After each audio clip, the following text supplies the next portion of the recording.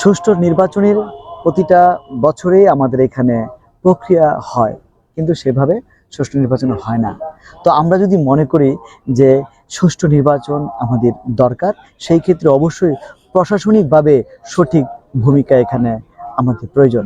কেননা প্রশাসনিকভাবে যদি এখানে সঠিক ভূমিকা রাখে, দেন আমাদের নির্বাচন সঠিক হওয়ার সম্ভাবনা রয়েছে। এই কারচুপির কারণেই এই সঠিক দিক নির্দেশনা এবং এই সঠিক দায়িত্ববোধের অভাব থেকেই আমাদের এই দেশে বিশৃঙ্খলাগুলো হয়ে থাকে। ভোট কারচুপি হয়, বিভিন্ন ধরনের কেন্দ্রগুলোতে সমস্যার সৃষ্টি হয়ে থাকে। তাই আমি মনে করি প্রশাসনিকভাবে যদি এখানে সঠিক দিক নির্দেশনা অনুযায়ী কাজ করে থাকে, দেন এটা সঠিক নির্বাচন আমাদের হওয়ার সম্ভাবনা রয়েছে এবং এটা আমরা প্রত্যাশা করি।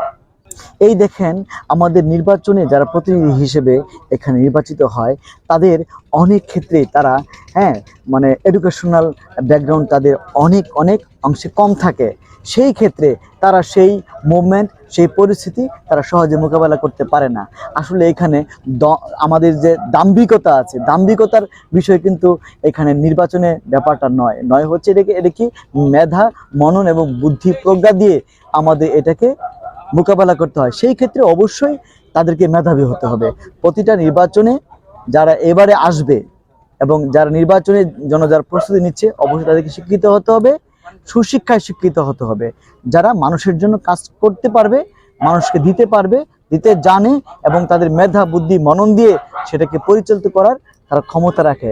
এই ধরনের নির্বাচন প্রতিনিধি আমি আশা করি এবং বিশ্বাস করি এবছর সেটা হওয়ার সম্ভাবনা রয়েছে। সুষ্ঠু ধারায় নির্বাচন না হওয়ার কোনো পরিস্থিতি বা আমি প্রেক্ষাপট এখনো দেখছি না।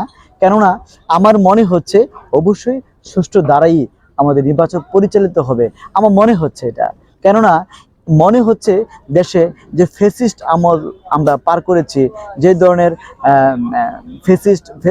ফেস্টিভাদিকে আমরা মোকাবেলা করেছি, সেই ক্ষেত্রে ওই জায়গাগুলো থেকে যদি মানুষ সরে এসে নিজস্ব বলয়ে এই দেশকে গড়ার প্রত্যয় নিয়ে যদি এই বাংলাদেশে আবার নতুনভাবে নির্বাচনকে আমরা পরিচালিত করতে পারি, দেন আমি মনে করি সুষ্ঠু ধারার সুষ্ঠু নির্বাচন হবে 2026 সালে।